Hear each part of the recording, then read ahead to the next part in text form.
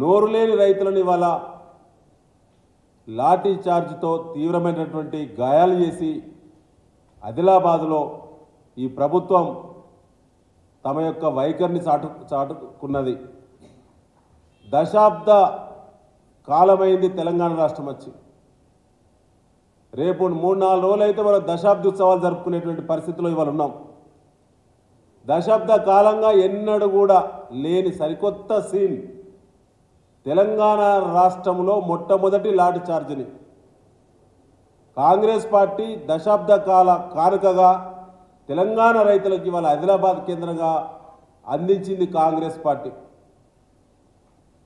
ఇవాళ విత్తనాలకు ప్రణాళిక లేదు, సీజనల్ క్రాప్స్ మీద అవగాహన లేదు,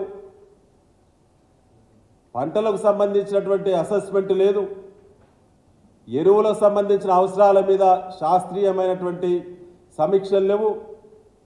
ఇవాళ ఏ పంట ఎంత విస్తీర్ణంలో వేస్తారో ఇవాళ దానికి సంబంధించినటువంటి వ్యవసాయ శాఖ క్షేత్రస్థాయి అధికారులు రైతులకు అవగాహన కల్పించే అవకాశం లేదు. కానీ ఇవాళ భారత రాష్ట్ర సమితి తీవ్రంగా ఖండిస్తూ ఉన్నది. ఆదిలాబాద్ ఘటనకు తగిన మూల్యం చెల్లించుకోక తప్పదు.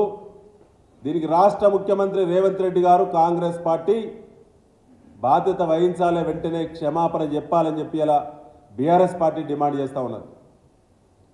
10 ఏళ్ల కాలం పండుగ జరుపుకునేటువంటి సమయం ఎన్నడూ కూడా రైతులు ఈ స్థితిలో బ్రతకలేదు. తెలంగాణ రాష్ట్రంలో కేసీఆర్ గారు ముఖ్యమంత్రిగా వారి నాయకత్వంలో ఉన్నప్పుడు బ్రహ్మాండమైన సుభిక్షమైనటువంటి పాలన.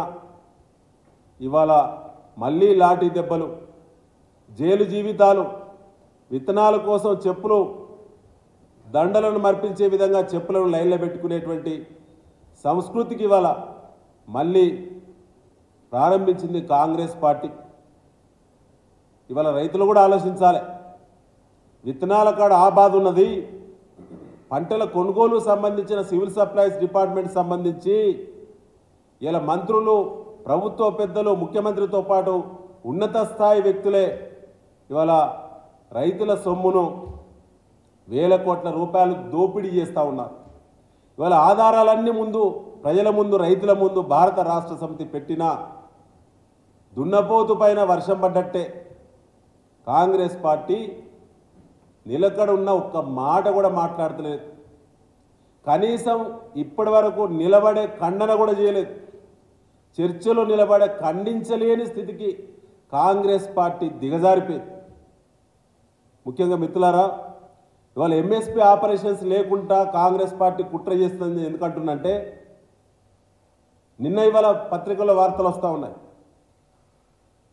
ఇవాళ ప్యాడీ టెండర్దారులకు సహకరించి అదనపు డబ్బులు వారి లంచాల కోసం వారి ఢిల్లీ పెద్దల కాకపట్టడానికి సంబంధించిన అదనపు డబ్బులు వసూళ్లకు కనుక సహకరించిన మిల్లులో డిఫాల్టర్స్ కాదట, సహకరించకుండా ఉన్నటువంటి వాళ్ళు మాత్రం డిఫాల్టర్స్గా చేస్తామనేటువంటి వార్తలు జరుగుతూ ఉన్నాయి.